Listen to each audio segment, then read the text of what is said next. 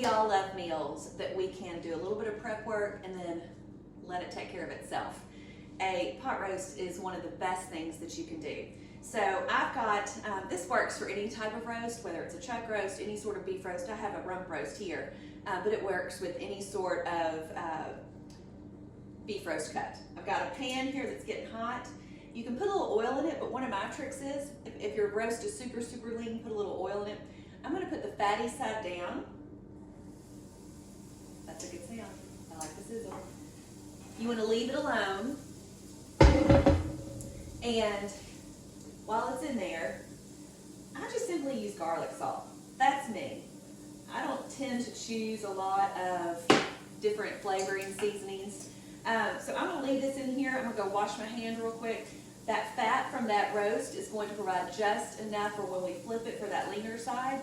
You just don't want it to stick. That's really all you need that oil in there for, so that fat in there for. You could use butter. You have to be careful, it might burn. I've got on about a medium-high heat.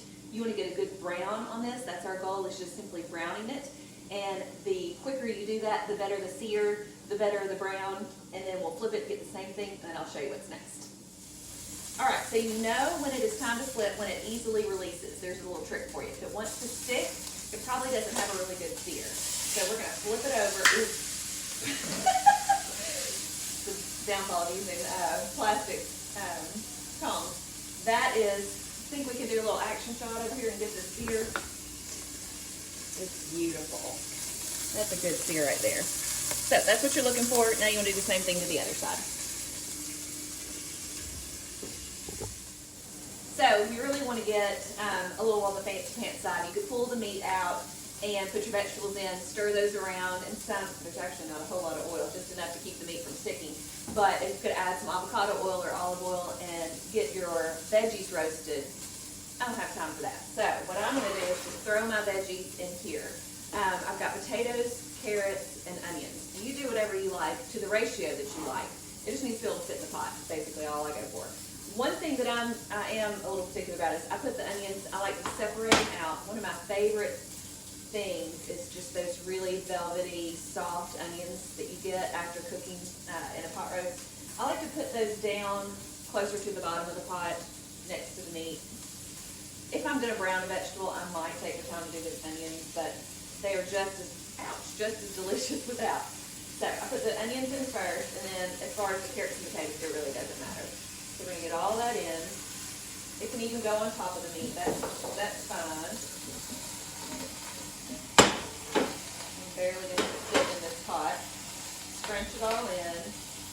And then get you some really good beef broth.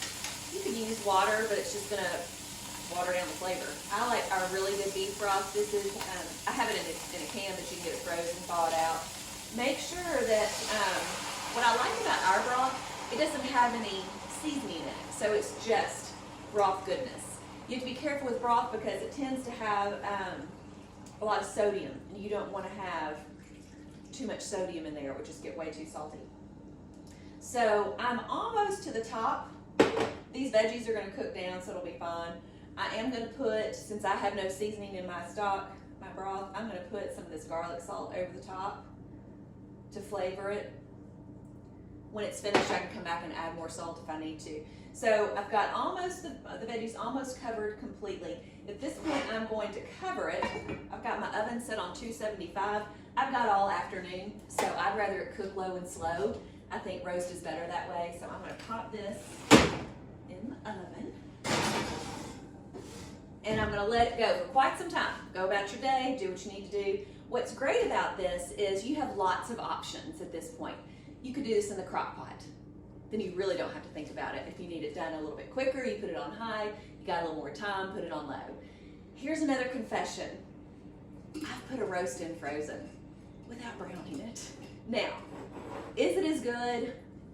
Maybe not. Did we eat it all up? Absolutely we did. So there have been several mornings where I thought, oh geez, I got a crowd to feed tonight and I have nothing thawed. So I would go peel off the wrapper of my frozen roast, throw it into the crock pot or in the oven. I tend to prefer to cook mine in the oven, but you do what you prefer. Put it in the pot with your veggies and your broth. it'll be fine. You might obviously need a little more cooking time since it's starting from a frozen state rather than a thawed state. Just add a little more time. You've got it. So, easy, quick way. We're gonna go do some more work and I'll be back. So the roast has been in the oven doing its thing at 275 for several hours. It's been more like 3 hours. Just check it. If you feel like it's getting too done, you can turn it off. If you don't feel like it's gonna be done in time for dinner, turn it up a little bit. So let's check it out. Woo! Yum, it smells delicious. Man, wow. You need to see this. It's too good not to share. Check this out. Yum. Yum.